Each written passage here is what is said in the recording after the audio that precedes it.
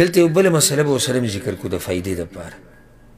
او دا به د زنانو دپاره ډېره اهمه مسله هغه ده چې یو زنانه ده د هغې د حیض بیماري بنده شوه د شپې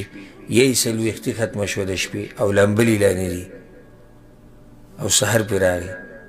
نو هېڅ خبره نه ده روژې صحیح ده لکه څنګه چې دا سړی د جنابت په حالت کې دی او سحر پرې راوختو نو دقې شان دا زنانه چې دا د حیض د بیمارۍ نه پاکه شوې ده یا د څلوېښتۍ نه پاکه شوې ده